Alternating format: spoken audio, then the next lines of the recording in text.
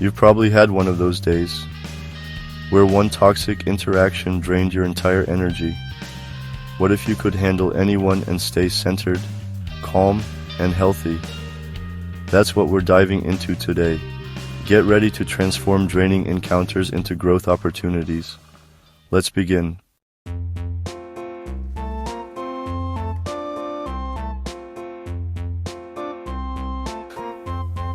The first step to mastering difficult people is understanding that their behavior is often a reflection of their own internal struggles. Everyone is fighting a battle you know nothing about. Difficult people often operate from a place of fear or insecurity. Their behavior is a way of protecting themselves or seeking validation. Recognizing this allows us to approach the situation with more empathy. Compassion takes courage and helps us stay grounded. This shift in perspective is where our power lies. It's the key to handling difficult interactions. The more we understand, the less we take it personally.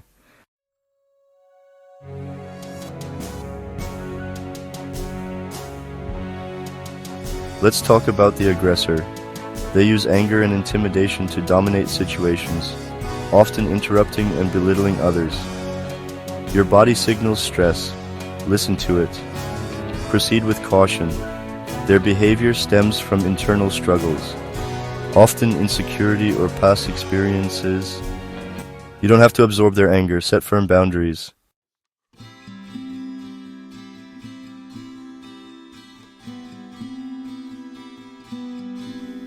Chapter 4.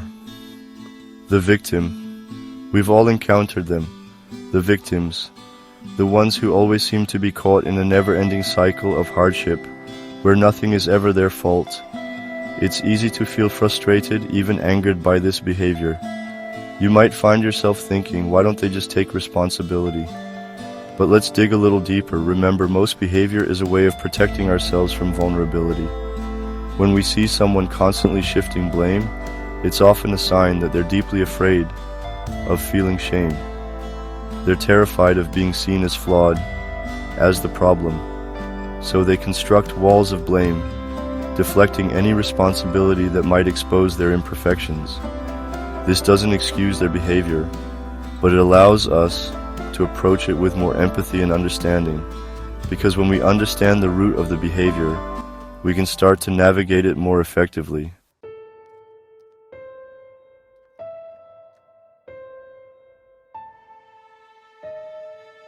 Chapter 5. The Manipulator. Manipulators are masters of covert control. They use guilt trips, passive aggression, and emotional blackmail.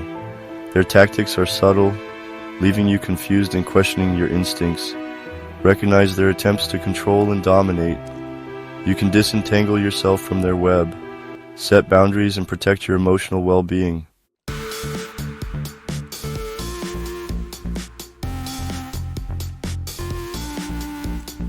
Chapter 6. The Know-It-All. We've all encountered them, the know-it-alls. Those individuals who seem to have an answer for everything. They dominate conversations and dismiss differing viewpoints. It's easy to feel frustrated by this behavior. We might question our own intelligence. True confidence doesn't require putting others down. Often it's the opposite. Their need to be right stems from insecurity. It's a way of masking vulnerability. Think back to a time when you felt the need to be right. What was happening beneath the surface? Were you feeling insecure or unheard? The need to be right can be a defense mechanism. This isn't to excuse the behavior, but to understand it. Recognize their behavior reflects their struggles. You don't need to engage in every battle. Sometimes choose your peace. Acknowledge their perspective without agreeing.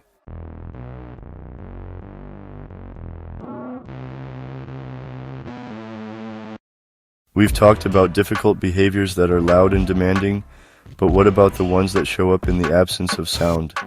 The silent treatment, the withdrawn demeanor, the communication that feels strained and heavy with unspoken words. These silences can be incredibly difficult to navigate. They can leave us feeling off balance, unsure of where we stand, and often we end up blaming ourselves. We fill in the blanks with our own insecurities and anxieties, making the silence amplify everything we fear. But here's the thing about silence. It's often a reaction, not an intention. It's a way of coping, of protecting, of trying to navigate a world that feels overwhelming. The key is to recognize that the silence is not about you. It's about the other person's struggle to articulate, to be vulnerable, to risk showing up authentically.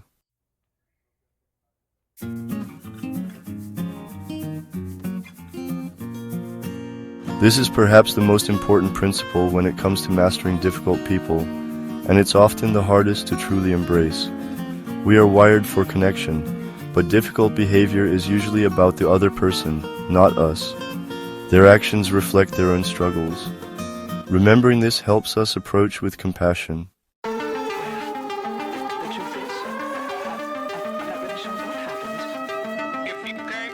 It's easy to get caught up in the whirlwind of emotions that come with dealing with difficult people.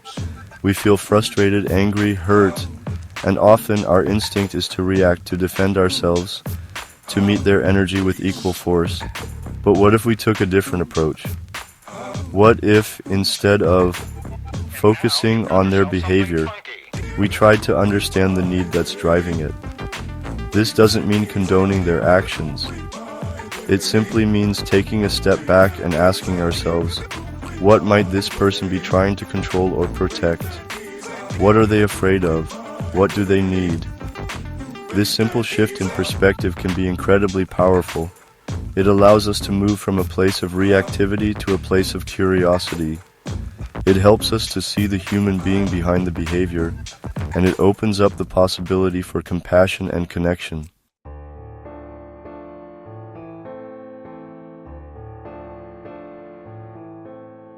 We've talked about difficult people and their struggles, but it's still draining to deal with them. That's where grounding comes in. Think of grounding as a deep, steadying breath.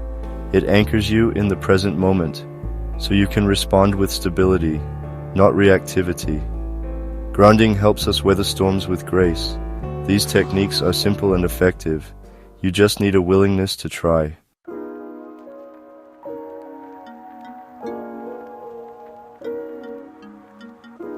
We've explored the importance of grounding, of finding our anchor in the midst of emotional storms. Now, let's talk about another powerful tool for navigating difficult emotions, naming them. There's a saying in the field of psychology, name it to tame it. And research actually backs this up.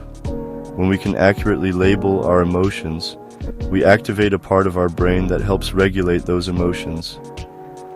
We're essentially hitting the pause button on our emotional reactivity.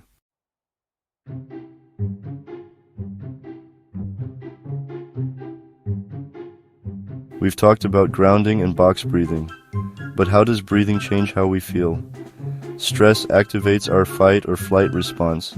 Box breathing activates the parasympathetic system, calming our heart rate and muscles.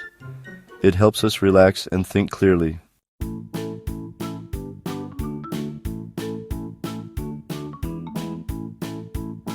Centering yourself is crucial when facing difficult people. It's like putting on your own oxygen mask first. You can't help others if you're emotionally depleted. Body scanning helps you find that center. It's about awareness, not judgment. Tune into your physical sensations. Think of it as an inner inventory. Close your eyes and scan your body. Notice any tension or discomfort.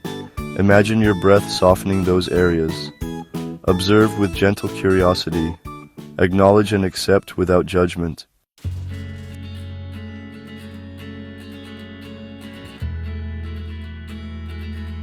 Have you ever noticed how simply putting words to an experience can change how you feel about it?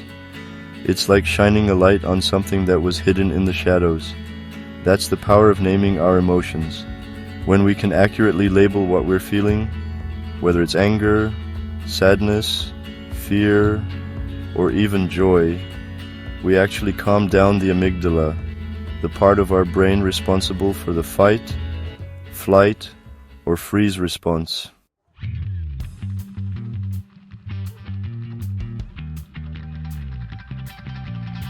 We've talked about understanding difficult people and their struggles.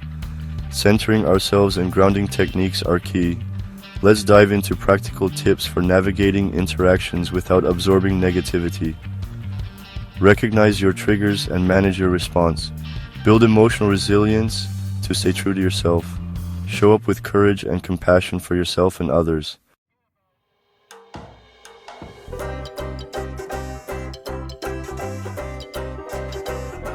Chapter 17. Aggressive or angry person. Don't match their energy. Stay calm and speak slower. Use the broken record technique. Calmly repeat your boundary or statement. If safe, give space. I can talk when we're both calm. Let's talk about dealing with aggressive or angry people. These are the folks who show up like a thunderstorm. Loud, intense, and often leaving a trail of destruction in their wake. Our instinct might be to either cower and shrink, or to fire back with equal force. But neither of those responses truly serves us. When you're facing someone who's angry, the most important thing is to stay grounded in your own energy. Remember that their anger is about them, not you. It's a reflection of their own internal struggles, their own pain, their own story. Take deep breaths, slow down your speech, and try to lower the volume and pitch of your voice.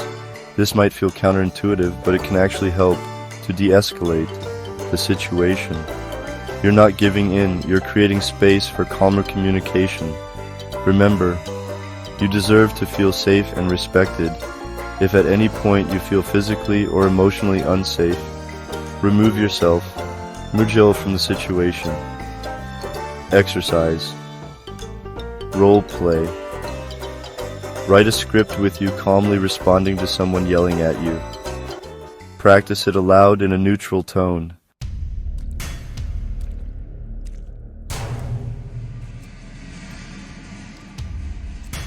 Chapter 18. Manipulative or passive-aggressive person. Call out the pattern gently. I noticed you often say never mind when something's wrong. Use assertive language. When you do, I prefer if does eyes. Keep the focus on your response, not their drama. Manipulative behavior can be tricky to navigate. It's not always overt, but can be damaging.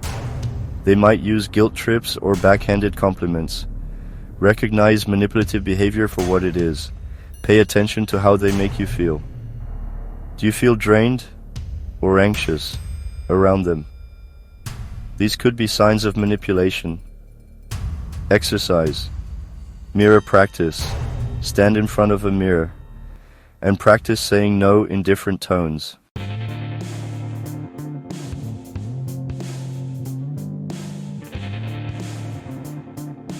Chapter 19. Stonewalling or cold behavior. Stonewalling. That silent treatment. It's like emotional kryptonite. We're wired for connection, so when someone goes silent, it triggers all sorts of alarm bells in our nervous system. We want to fix it, fill the silence, make things right. But here's the thing. Sometimes the most powerful thing we can do is nothing. Giving space doesn't mean we condone the behavior. It means we're choosing to focus on what can control our own energy and actions. It's about saying, I see you over there on your wall. I'm not going to bang my head against it. I'm going to step back and take care of myself. Now, this doesn't mean we disappear completely or that we're okay with the disconnection. It's about creating a healthy space for both people to hopefully come back to the table when they're ready.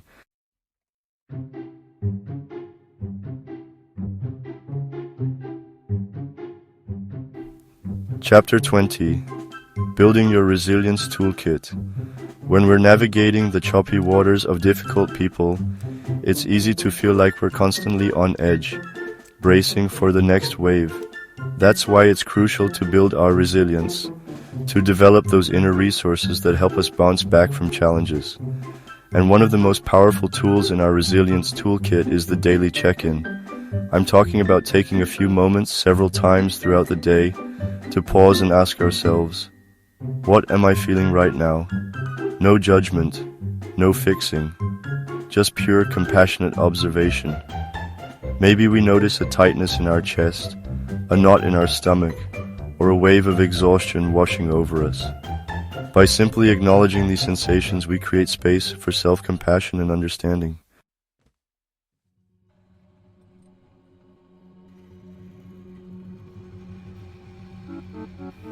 Chapter 21. Emotional Armor. Protecting your peace. Have you ever noticed how easily other people's emotions can seep into our own energy field? It's like we become emotional sponges, absorbing the stress, anxiety, and negativity of those around us. We start taking on their burdens as our own, and before we know it, we're carrying around a whole lot of weight that doesn't even belong to us. This is where emotional armor comes in. No, I'm not talking about building walls or shutting ourselves off from the world. I'm talking about developing a healthy sense of separation, a way to stay connected to our own emotions without getting swept away by the emotional storms of others. It's about recognizing that we are not responsible for fixing everyone else's problems or carrying their emotional baggage.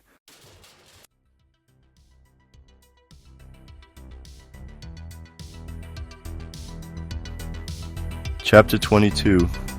Daily Journaling. Armor up with honesty. We've talked about difficult people, the behaviors they exhibit, and how those behaviors make us feel. But what happens when those interactions leave an imprint on our souls? What happens when their words echo in our minds long after the encounter is over? That, my friends, is where the real work begins. Journaling is more than just documenting our day. It's about excavating the stories we tell ourselves about those difficult encounters. It's about capturing the raw, unfiltered emotions that we often try to outrun or dismiss. See, when we don't make space for our emotions, they don't just disappear. They take up residence within us, influencing our thoughts, our behaviors, and ultimately, our well-being. So grab your journal, a pen that flows like your thoughts, and let's start giving those emotions a voice.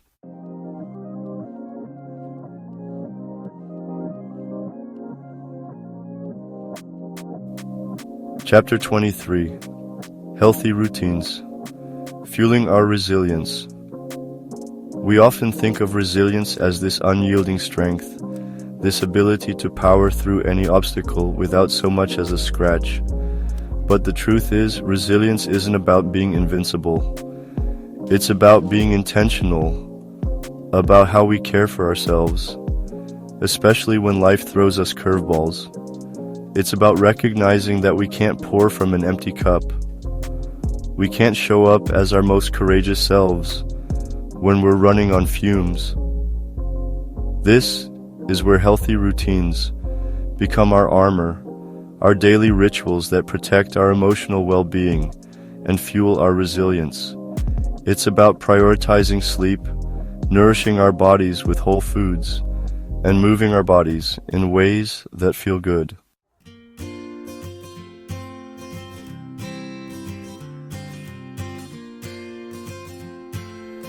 Chapter 24. Emotional check-ins. The power of pausing. We live in a world that's constantly demanding our attention, that's constantly pulling us in a million different directions. It's easy to get so caught up in the doing, the achieving, the striving, that we lose touch with our inner landscape. But here's the thing, our emotions matter. They're not weaknesses or inconveniences to be pushed aside or ignored. They're valuable messengers, providing us with crucial information about our needs, our boundaries, and our overall well-being. That's why it's so important to build in regular emotional check-ins throughout the day. Think of it as hitting the pause button on autopilot and taking a few moments to simply be present with yourself.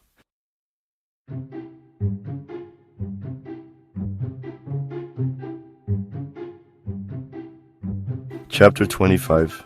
Difficult Person Survival Kit. Create your own difficult person survival kit. It's about having tools to navigate interactions with grace and resilience. Think of it as your emotional first aid kit.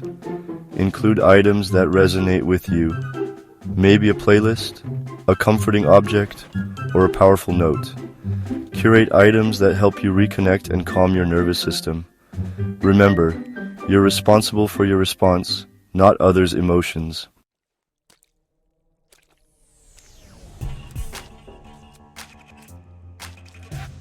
Let's talk about boundaries.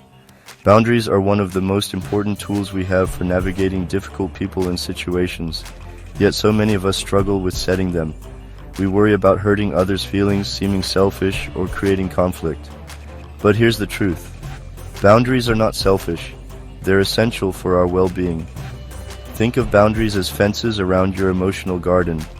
They protect your energy, your time, and your emotional well-being.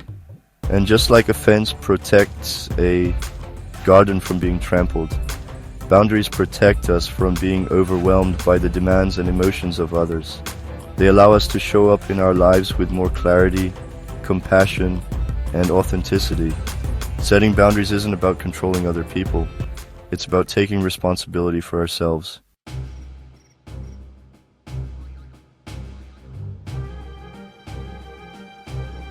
One of the biggest traps we fall into when setting boundaries is feeling the need to over-explain ourselves or apologize.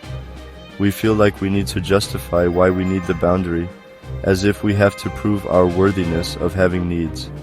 Here's the truth. You don't. Your needs are valid simply because they are yours. It doesn't matter if someone else thinks it's a big deal or not. If it matters to you, it matters. Period. Trust yourself and your intuition.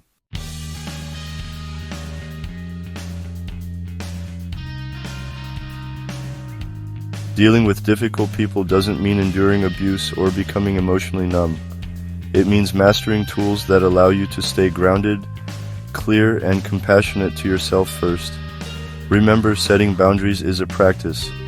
It takes time, it takes courage, and it takes a whole lot of self-compassion. But I promise you, it's worth it.